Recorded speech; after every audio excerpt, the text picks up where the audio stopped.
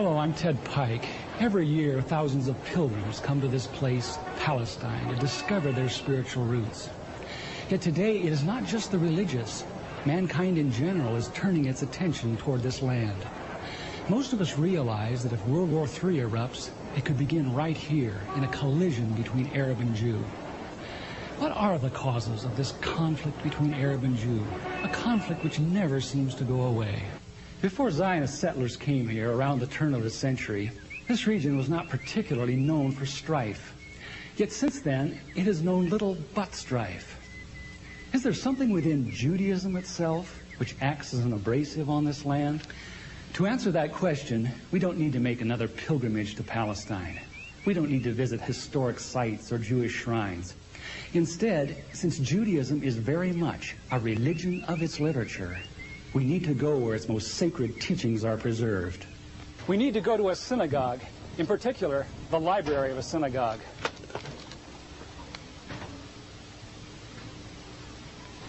In every synagogue library, we find hundreds of books, but there are a few which tower above the rest in authority. These include the Encyclopedia Judaica, the Universal Jewish Encyclopedia, the Jewish Encyclopedia. In the oldest of these, the Jewish Encyclopedia, we encounter fascinating new perspectives on the inner teachings of Judaism, perspectives which are well known to most religious Jews, but unknown to Christians. Most Christians believe that the Judaism of the Old Testament is very similar to Judaism today. Yet the Jewish Encyclopedia, in its article on Judaism, says modern Judaism and the Judaism of the Old Testament are very different. It says that after Nebuchadnezzar conquered Judah in the 6th century BC and led the Jews to distant Babylon, the Jews were faced with challenges to their faith they had never before experienced. Ever since the time of Solomon, the religion of Israel had centered around the magnificent temple in Jerusalem with its sacrifices and rituals. The question now became, how could one be a true Jew in a very foreign, even hostile environment? The need arose for a certain class of lay priests called scribes or sopherim to interpret the law in this new setting and make it workable. In time, these scribes became what the New Testament calls the scribes and Pharisees, the greatest legal authorities of Israel for all ages. The Pharisees said there were really two inspired revelations to the Jews. There was the written law of Moses received atop Sinai, but there was also the oral tradition acquired by 70 elders who came to the base of the mountain but were forbidden to proceed farther.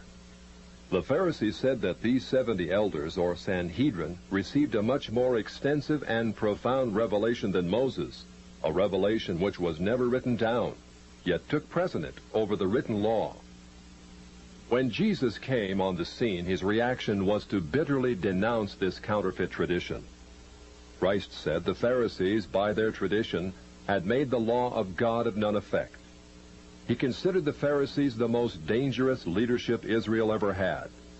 In 70 AD, Jerusalem was destroyed by the Romans. Although Jewish sects such as the Sadducees now disappeared, the Pharisees emerged with even greater power over the Jewish people. The Jewish Encyclopedia describes the new role of the Pharisees. With the destruction of the temple, the Sadducees disappeared altogether, leaving the regulation of all Jewish affairs in the hands of the Pharisees. Henceforth, Jewish life was regulated by the Pharisees. The whole history of Judaism was reconstructed from the Pharisaic point of view. Pharisaism shaped the character of Judaism and the life and thought of the Jew for all of the future. In 135 AD, all Jews were expelled from Palestine. The Pharisees led most Palestinian Jews in a mass migration back to Babylon. The majority of Jews were already in Babylon and had been since the time of Nebuchadnezzar 600 years earlier. Yet around 140 AD, Babylon became the acknowledged land of refuge for world Jewry. For another 1,000 years, Judaism flourished in Babylon under the leadership of the Pharisees. Great academies of the rabbis were established and thousands of new laws formulated. There, those same Pharisees who killed Jesus Christ remained the undisputed rulers of Judaism. In Babylon, the Pharisees codified their oral traditions into the Babylonian Talmud, the written form of that oral tradition which Jesus so bitterly rebuked. The Talmud reveals how deep was Israel's apostasy. In her beginning, God gave the Hebrews the loftiest, the most upright literature and ethics the world has ever known. Yet when they turned their backs on him, they produced the Talmud, a work which has aptly been called a monument to human folly. The Talmud also helps us understand the basis for Christ's unflattering descriptions of the Pharisees. Jesus described the Pharisees as hypocrites, children of hell, blind guides, whited sepulchres, full of dead men's bones. He even described the Pharisees as children of their father the devil, a murderer from the beginning. The Talmud confirms Christ's words. In the Talmud, in Treatise Sanhedrin, an extensive passage describes the right of the Pharisee to kill anyone, just as long as he did so indirectly. As one of dozens of examples, the Talmud tells us that if one bound his neighbor and he died of starvation, he is not liable to execution. In such an indirect manner, the Pharisees also killed Christ. Manipulating the Romans to actually wield the spear and sword, the Pharisees claimed, as their descendants do today, that since the Romans were the direct cause of the death of Christ, it is the Romans, not the Jews, who are guilty.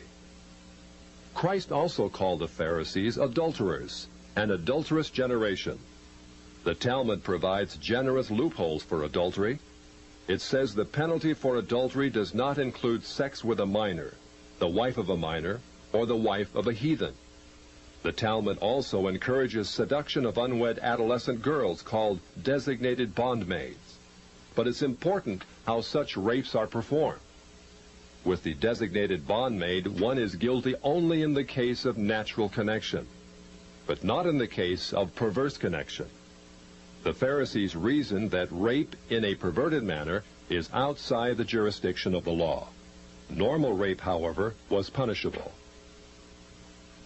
In Babylon, sexual perversion of every kind had been a way of life for millenniums. The Pharisees were deeply influenced by such practices.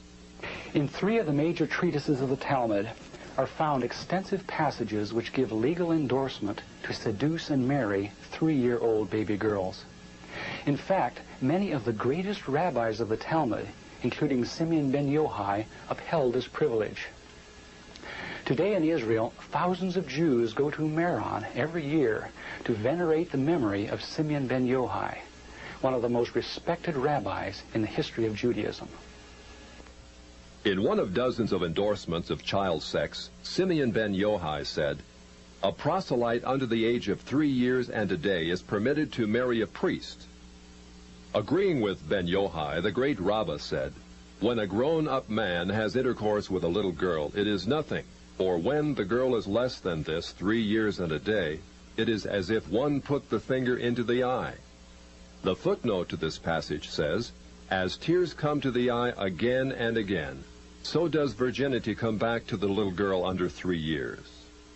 The same section confirms that sexual activity with small boys is in the same category. The intercourse of a small boy is not regarded as a sexual act.